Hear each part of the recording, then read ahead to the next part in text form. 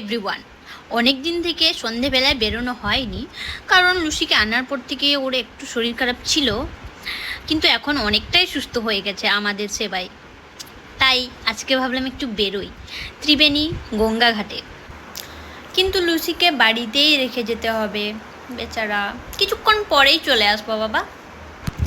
আর ওখানে গিয়ে আমরা খেলাম ঘুগনি, যেটা আমার ফেভারিট।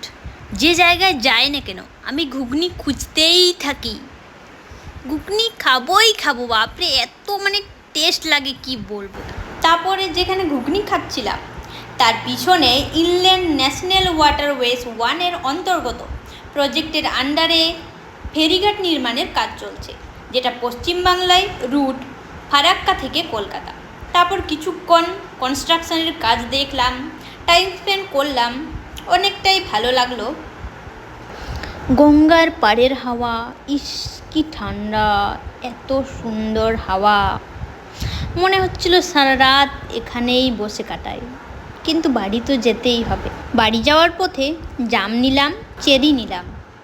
আমি কোনোদিন খাইনি, এটাই হবে আমার ফার্স্ট টাইম খাওয়া। এটা এটা হচ্ছে 15 দিনের ফসল। 15 দিন পরে এটাকে পাবে। এই সময় কাশ্মীরে আছে এটা, আর এটা কত তোমার হলো 60 টাকা, 30 টাকা, 90 টাকা। ওলে লে লে লে লে লে লুসি লুসি, এই তো চলো চলো চলো চলো চলো,